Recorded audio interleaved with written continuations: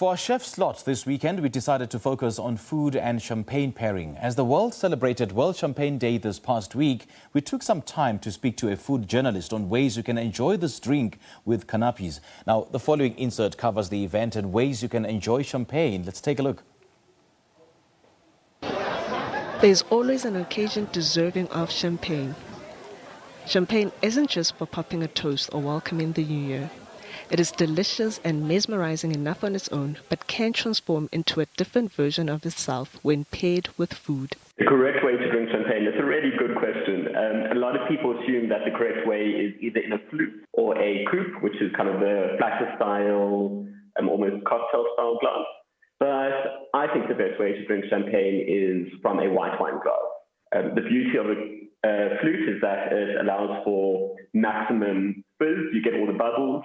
But a white wine glass, I think, really allows the flavor of the champagne to show through beautifully. And which would you say would be the best cuisines to pair with that wine?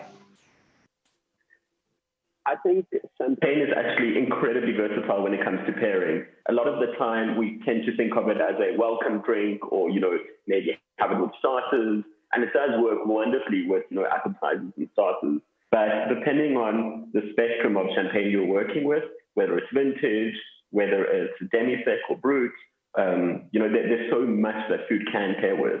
There's obviously the classic examples like oysters and champagne. That works wonderfully well because of the umami, that fifth flavor that we always talk about. And there's actually a chemical reaction when you're having champagne and oysters together that brings that umami-ness to the front. Okay. And some of the etiquettes, I've read a few etiquettes on the do's and don'ts when you're drinking champagne. Can you just take us through a few, please? I'm very much, not a traditionalist in that sense. I think, drink how you like. I personally wouldn't drink it with ice or with anything mixed in with it. But that's how I enjoy champagne, as I think it's really enjoyed as it's, the noble, pure form. And the food that you will definitely cannot pair with champagne. I can also think of a few, just top of your mind. Ooh, that you shouldn't pair with champagne. I think when you start moving over to really heavy meats, I think that can become, quite challenging. Steaks, lamb, stuff like that. But then again, if you have a vintage rosé, it works wonderfully with game. So if you want to do some venison or something like that, then it could really work wonderfully. But I would stay away from, heavier meats. Especially like raw steak and lamb and the like. And with mimosa, I'd say, which would you say is the best champagne to have mimosa with? For a mimosa, probably again, it depends on what you like. If you tend to like sweeter style drinks, then a demi-sec is great with orange juice, make a wonderful mimosa. Also, ice cold demi-sec, wonderful with scrambled eggs for breakfast. So, if that's the route you're going, then a demi-sec. Brut, also great option. What I think most important when pairing is just to think of the incredible acidity and zestiness that champagne has and how it wonderfully cuts through the salty, fatty, oily elements of a dish.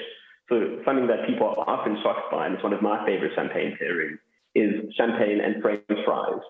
It is a beautiful, beautiful pairing. It's just, you've got the crispy, starchy, salty of the fries, and then the light, zesty acidity of the bubbly, together with the bubbles themselves. It's just, completely cleanse your palate.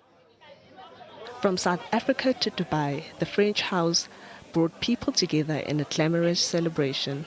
Moet and Chandon have been associated with celebration of success and of life's most memorable moments for nearly 3 centuries. Today's World Champagne Day, and of course Moet and Chandon is the world's most loved champagne, so naturally for us to have our first celebration post-COVID is very, very fitting. Outside of the grand toast, it's all about togetherness as well. So for us today, it's so critical that we have a pan-African celebration across 10 different countries. World Champagne Day was celebrated in a glamorous style across Africa and the Middle East as leading celebrities from countries including South Africa, Kenya, Nigeria, Dubai and Israel, just to name a few. We've also included Israel and Dubai, which for us are 2 critical markets. So it's quite unique in terms of the different cultures, different time zones, and it's wonderful that we're able to gather everyone at 17:43 specifically. On that minute, we're going to gather people from around 2 different continents in one shared moment in 1 minute. So for us, it's very special to have that. It's a first. We've never done that before. The Moet and Shandon Grand Toast to Today served as a fitting celebration for the brand's exceptional years of history, its power to unite, and the importance of celebrating moments that matter each day. For Morning Live, I am Tapelo Moela. Now, as we